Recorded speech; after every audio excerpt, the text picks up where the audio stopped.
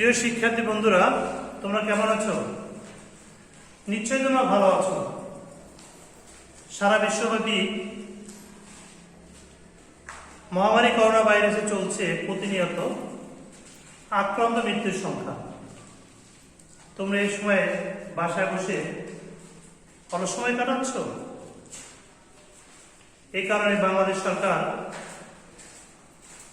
তোমাদের জন্য প্রতিটি বিদ্যালয়ে অনলাইন শিক্ষা কার্যক্রম শুরু করেছে। তার ধারাবাহিকতায় আজ আমি তোমাদের সম্মুখে অনলাইন ক্লাসে উপস্থিত হয়েছি। মোহাম্মদ মুস্তফা কামাল, সহকারী প্রধান শিক্ষক, 22 মাধ্যমিক বিদ্যালয়।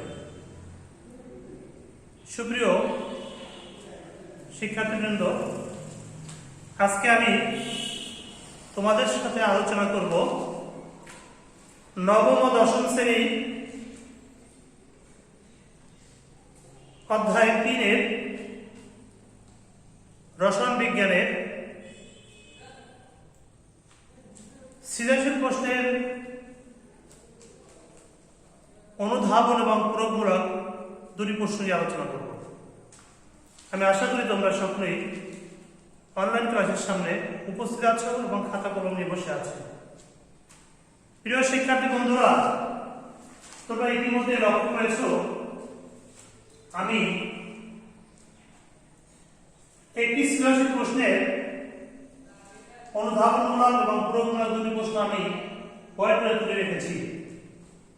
প্রশ্নটি আমি একটু পড়ি, তোমরা লক্ষ্য করো। কে 19তম ইলেকট্রনটি 3d অরবিটালে না গিয়ে 4s অরবিটালে যায় কেন? প্রয়োগমূলক প্রশ্ন আছে, উদ্দীপকের আলোকে মৌলটির আপেক্ষিক পারমাণবিক বল বের করো। এখানে দুটি প্রশ্ন আছে, একটি অনুধাবনমূলক আর একটি হচ্ছে প্রয়োগমূলক। আমি দুটো প্রশ্নই তোমাদেরকে সমাধান করে পয়েন্ট করে দেখাবো। তোমরা সকলেই আমার এই অনলাইন ক্লাসটি পর্যবেক্ষণ করবে এবং খেয়াল রাখবে। প্রিয় শিক্ষার্থী বন্ধুরা, প্রথম প্রশ্নটি রয়েছে, কে 19তম ইলেকট্রনটি 3d অরবিটালে না গিয়ে 4s অরবিটালে যায় কেন? তা আমরা জানি দুটি অরবিটালের মধ্যে যার n+l এর মান কম তার শক্তিও কম, যেটি নিম্ন শক্তি স্তর অরবিটাল, এবং ইলেকট্রন গুলো তুলনামূলকভাবে ওই অরবিটাল আগে প্রবেশ করবে। কারণ 3d অরবিটালে মধ্যে 3d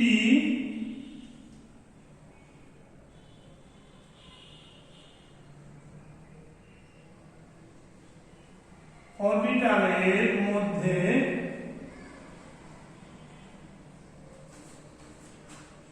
n=3 এবং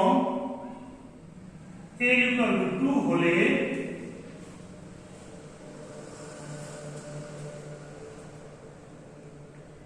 n+l হবে =3+2=5। একইভাবে 4s অরবিটালে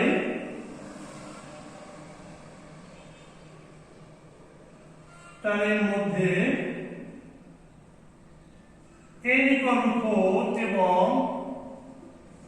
n=0 হলে n+l হবে 4+0=4।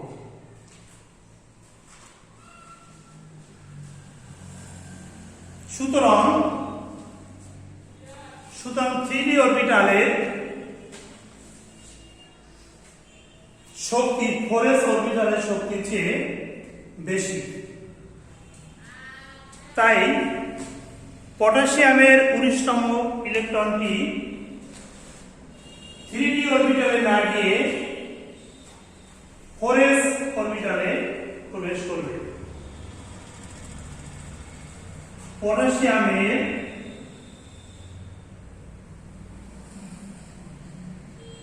ইলেকট্রন বিন্যাস হলো 1s2 2s2 2p6 3s2 3p6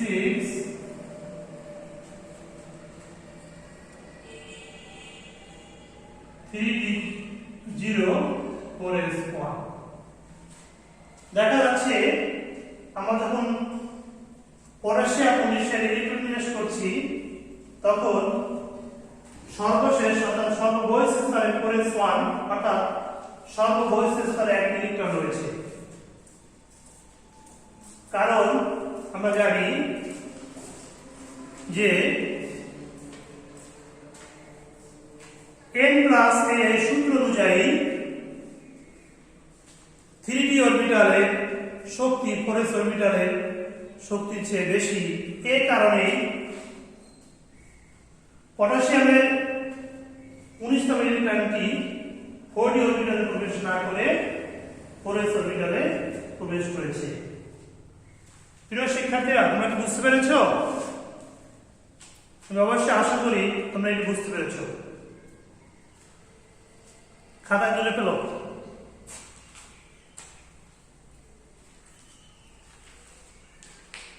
খাতা তুলছ? তাহলে আমি হোয়াইটবোর্ডে মুছে ফেলি।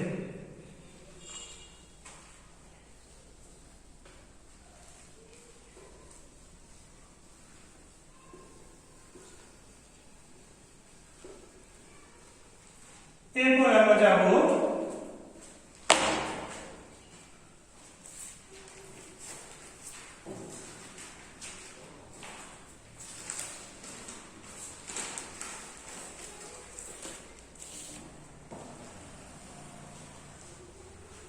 একটা প্রশ্ন আছে, যা উদ্দীপকের একটি চিত্র আমরা ইতিমধ্যেই হয়তো দেখতে পাচ্ছি। ওই চিত্র অনুসারে আমরা এই পুরোপুরা প্রশ্নটি সমাধান করব। পুরোপুরা প্রশ্নটি আছে, উদ্দীপকের আলোকে মৌলটির আপেক্ষিক পারমাণবিক ভর বের করো। আমি আবার বলছি, পুরোপুরা প্রশ্নটি আছে, উদ্দীপকের আলোকে মৌলটির আপেক্ষিক পারমাণবিক ভর বের করো। তোমরা লক্ষ্য করো, বড় একটা চিত্র আছে, যে চিত্রে মাঝে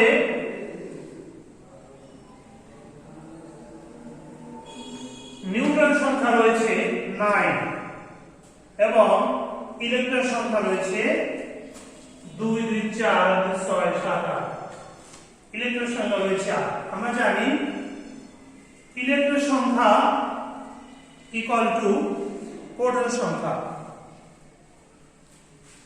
আমি আবার বলছি, চিত্র অনুযায়ী আমরা দেখতে পাচ্ছি মাঝে 9 রয়েছে, 9 হচ্ছে নিউটন সংখ্যা,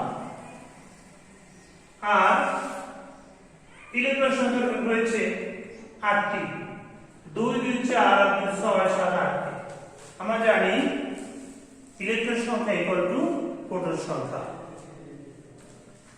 প্রিয় শিক্ষার্থী বন্ধুরা, এখানে 8টি প্রোটন এবং 9টি নিউটন এর মোট হচ্ছে একটি পরমাণু বল, অর্থাৎ 9টি নিউটন এবং 8টি প্রোটনের মোট ভরই হচ্ছে একটি পরমাণু ভর। এখানে 8টি প্রোটনের ভর এখানে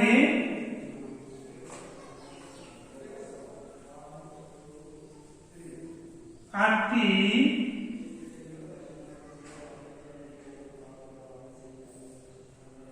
প্রোটনের ভর ইকুয়াল টু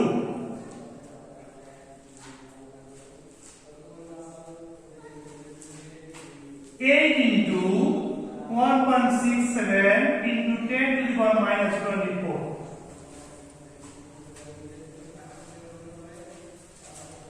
এটাকে আমরা যখন ক্যালকুলেট করব অর্থাৎ ক্যালকুলেশন করব তখন আমরা পাবো 1.33 into 10 to the power minus 23 গ্রাম। আমি আবার বলছি এখানে 8টি প্রোটনের ভর equal to 8 into 1.67 into 10 to the minus 24। এটাকে যখন আমরা ক্যালকুলেশন করব তখন আমরা পাবো 1.33 into 10 to the power minus 23 গ্রাম। একইভাবে 9টি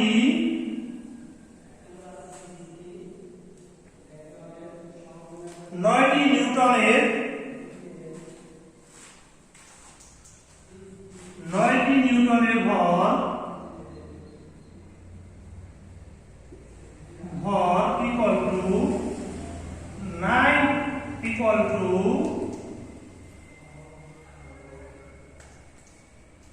9 into 1.9 into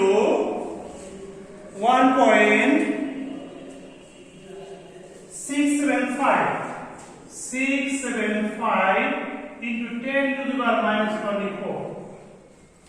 এটা যখন আমরা ক্যালকুলেশন করব তখন আমরা পাবো এটা ক্যালকুলেশন করলে আমরা পাবো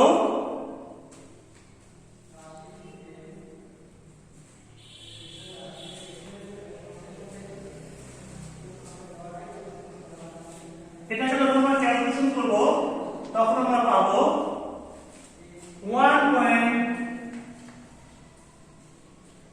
1.5 into 10 to the power minus 23 gram.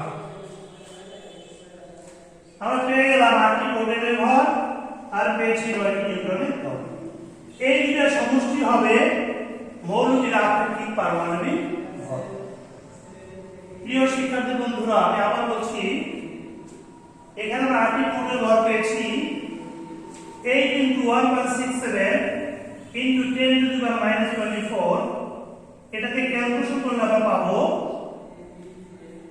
1.33 into 10 to the minus 23 গ্রাম।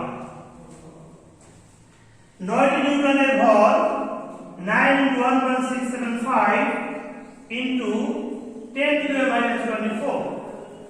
এটাকে যখন আমরা ক্যালকুলেশন করব তখন পাবো 1.5 into 10 to the minus 23 গ্রাম। এই দুটি সমষ্টি হবে মৌলটি আপেক্ষিক পারমাণবিক ভর। আমরা লিখতে পারি সুতরাং একটি পরমাণুতে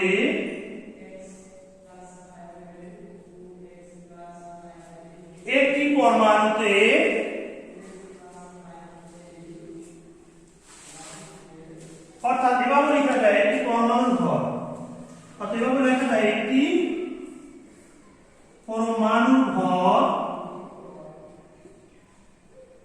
equal to 1.33 into 10 to the power minus 23 plus 1.5 into 10 to the power minus 23। এটাকে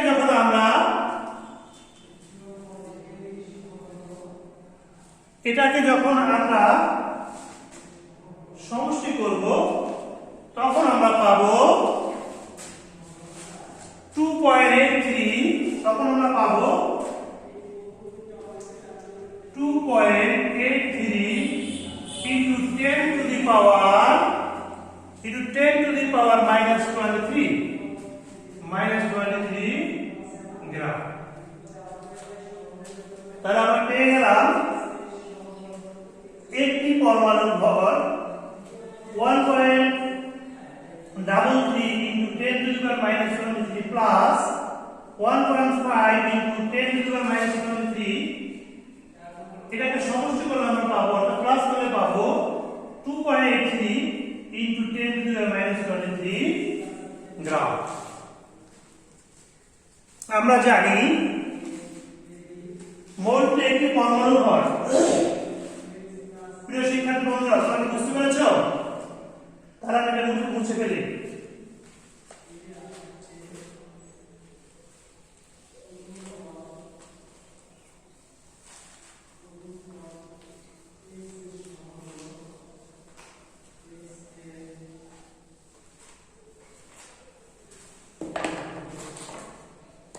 আমরা জানি মৌলটির আন্তঃপারমাণবিক ভর। আমরা জানি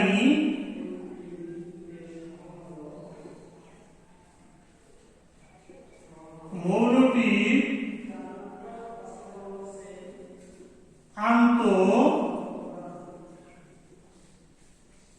আন্তঃপারমাণবিক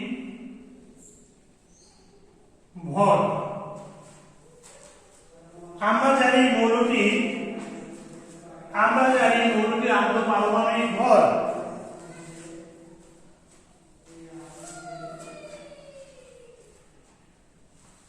ইকুয়াল টু একটি পরমাণু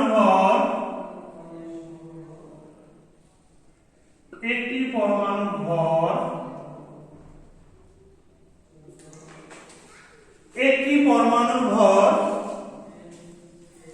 অর্থাৎ মৌলের একটি পরমাণু ভর ডিভাইডেড বাই একটি কার্বন 12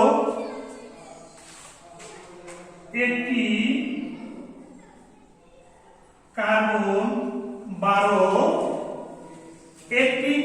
12 আইসোটোপের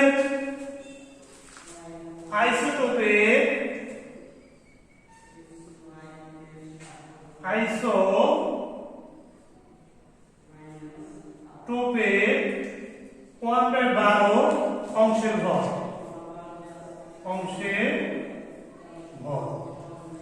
আমি আবার বলছি, আমরা জানি মৌলটি আন্তঃপারমাণবিক ভর ইকুয়াল টু একটি পরমাণু ভর ডিভাইডেড বাই একটি কার্বন 12 আইসোটোপের 1/12 অংশের ভর। 1/12 অংশের ভর।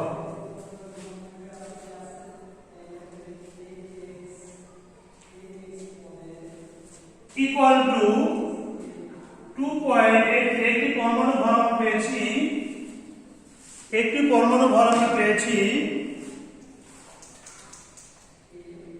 2.83 into 10⁻⁻³ divided by আমরা পূর্বে পেয়েছি 1.66 into 10⁻⁻24। এটাকে যখন আমরা ক্যালকুলেশন করব তখন আমরা পাবো 17 দশমিক, অর্থাৎ 17 দশমিক আমরা পাবো 0.8। এটা আমরা 17 লিখতে পারি। কোন সংখ্যা আমরা এটাকে 17 লিখতে পারি, অথবা এভাবেও লেখা যায় কোন সংখ্যা 17 লিখতে পারি। প্রিয় শিক্ষার্থী বন্ধুরা, তোমরা কি বুঝতে পেরেছো? তাহলে আমি আবার একটু তোমাদেরকে বুঝিয়ে দিচ্ছি। আমরা জানি মৌলটি আন্তঃপারমাণবিক ভর ইকুয়াল টু মৌলের একটি পরমাণু ভর ডিভাইডেড বাই একটি কার্বন 12 আইসোটোপের 1/12 অংশের ভর। আমরা একটি মৌলের একটি পরমাণু ভর পেয়েছি 2.83 into 10⁻⁻23 এবং একটি কার্বন 12 আইসোটোপের 1/12 অংশের ভর আমরা পেয়েছি 1.66 into 10⁻⁻23। এটাকে যখন আমরা ক্যালকুলেশন করব তখন আমরা পাবো 17.048, অর্থাৎ এটাকে আমরা 70 লিখতে পারি, অর্থাৎ কোন সংখ্যা 17 লিখতে পারি। অতএব মৌলটির আপেক্ষিক পারমাণবিক ভর অতএব মৌলটি আপেক্ষিক পারমাণবিক ভর সতেরো। প্রিয় শিক্ষার্থী বন্ধুরা, তোমরা কি বুঝতে পেরেছ? যদি কোনো সমস্যা হয় তাহলে তোমরা পুনরায় রিপিট করবে এবং আমরা অনলাইন ক্লাসে আমাদের যে স্কুলের আইডি আছে সেই আইডি ঢুকে আমাকে কমেন্ট করবে, আমি তোমাদেরকে পুনরায় আবার বুঝিয়ে দেব। তো আজ এ পর্যন্ত অনলাইন ক্লাস থেকে তোমাদের কাছে বিদায় নিচ্ছি। তোমরা সবাই ভালো থেকো, সুস্থ থেকো এবং সুরক্ষিত থাকো। আসসালামু আলাইকুম।